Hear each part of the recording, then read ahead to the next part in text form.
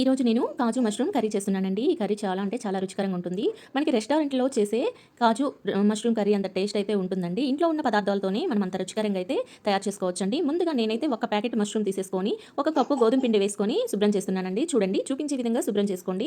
అలా శుభ్రం చేసుకున్నట్లయితే మనకి బాగా నీట్‌గా ఉంటాయండి పుట్టగొడుగులనేవి. అలా చూపించే విధంగా వాటిని క్లీన్ చేసుకోవాల్సి ఉంటుందండి. ఇప్పుడు 4, 5 సార్లు నీరు పోసి శుభ్రంగా కడుక్కొని వాటిని కట్ చేసుకొని పక్కన పెట్టుకోండి. ఈ కట్ చేసి పక్కన పెట్టుకున్నటువంటి మష్రూమ్స్‌ని కొంచెం ఉప్పు, అలానే ఓ చిటికెడు పసుపు వేసి కలిపి పక్కన పెట్టుకోవాల్సి ఉంటుంది. అలానే వీటిలోనికి కావాల్సిన మసాలా కూడా మనం తయారు చేసి పెట్టుకుందాము. ముందుగా కట్ చేసుకున్నటువంటి 3 పండినటువంటి టమాటాలను ఒక మిక్సీ జార్‌లో వేసుకోండి. అలానే ఒక గుప్పెడు జీడిపప్పు నానబెట్టినటువంటివి ఒక 10 నిమిషాలు నానబెట్టుకొని వేసుకోండి. అలానే ఒక 2 యాలకులు, ఒక 4 లవంగాలు, అలానే 2 లేదా 3 పచ్చిమిరపకాయలు, అలానే 5 లేదా 6 మిరియాలు, 5 లేదా 6 వెల్లుల్లి రెమ్మలు, ఒక ఇంచు అల్లం వేసి అలానే మీగడ కూడా ఒక చిన్న కప్పుడు వేసి మొత్తం కూడా మెత్తని పేస్ట్ లాగా మిక్సీ పెట్టి పక్కన పెట్టుకోవాల్సి వస్తుందండి. చూడండి ఇక్కడ నేను చూపిస్తున్నా ఉప్పు పసుపు కలిపి ఆ పుట్టగొడుగుల్ని పక్కన పెడుతున్నా. పక్కన పెట్టేసుకొని ఇప్పుడు మనం ఈ మసాలాకన్నిటిని వేసుకొని మిక్సీ పట్టుకొని పక్కన పెట్టుకోవాల్సి వస్తుంది. చూడండి నేను చెప్పినటువంటి ఇంగ్రీడియంట్స్ అన్నీ కూడా అందులో ఉన్నాయి. జీడిపప్పు అయితే నేను ఒక 10 నిమిషాలు నానబెట్టుకొని వేసుకోండి. ఒక 3 లవంగాలు వేసానండి. 3 లేదా 4 వేసుకోవచ్చు. యాలకులు కూడా 2 వేసుకోండి.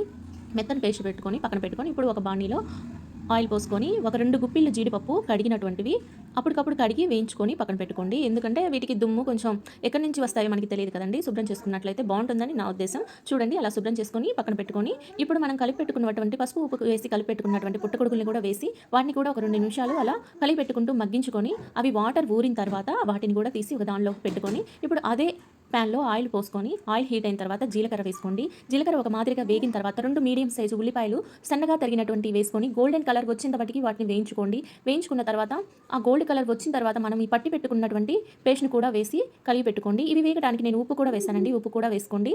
చూడండి ఇలా కలిపి పెట్టుకుంటూ అడుగనేది అంటే అవకాశం ఉంటుందండి. అందుకని మనం సన్నని మంట మీద ఇవి అంతా కూడా కలిపి పెట్టుకోవాలండి. ఇప్పుడు చూడండి ఆయిల్ పైకి వచ్చిన తర్వాత నేను ఒక స్పూన్ కారం, అలానే ఒక స్పూన్ గరం మసాలా, ఓ చిటికెడు ఉప్పు, అలానే ధనియాల పొడి ఉన్నట్లయితే ధనియాల పొడి కూడా ఒక స్పూన్ వేసుకొని సన్నని మంట మీద మనం మగ్గించుకుంటూ కలిపి పెట్టుకుంటూ అడుగనేది అంటకుండా కలుపుకుంటూ మనము ఈ కర్రీ అనేది చేసుకోవాల్సి వస్తుందండి. చూడండి ఆయిల్ అంతా కూడా పైకి వచ్చింది. మనం పట్టి పెట్టుకున్నటువంటి పేస్ట్లోనే మిక్సీలోనే ఒక చిన్న టీ కప్పు వాటర్ పోసుకొని అవి కూడా పోసుకొని సన్నని మంట మీద మగ్గించుకోండి.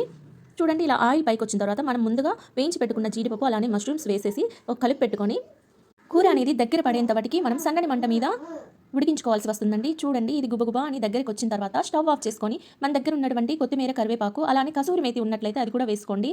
కొంచెం స్వీట్గా తినని ఇష్టపడే వాళ్ళైతే కొంచెం బెల్లం కూడా వేసుకోండి, బాగుంటుంది. చూడండి కాజు మష్రూమ్ కర్రీ అయితే రెడీ అయిపోయిందండి. మీకు కనుక మా వీడియో నచ్చినట్లయితే లైక్ చేయండి, షేర్ చేయండి, సబ్స్క్రైబ్ చేయండి. Thank you for you watching.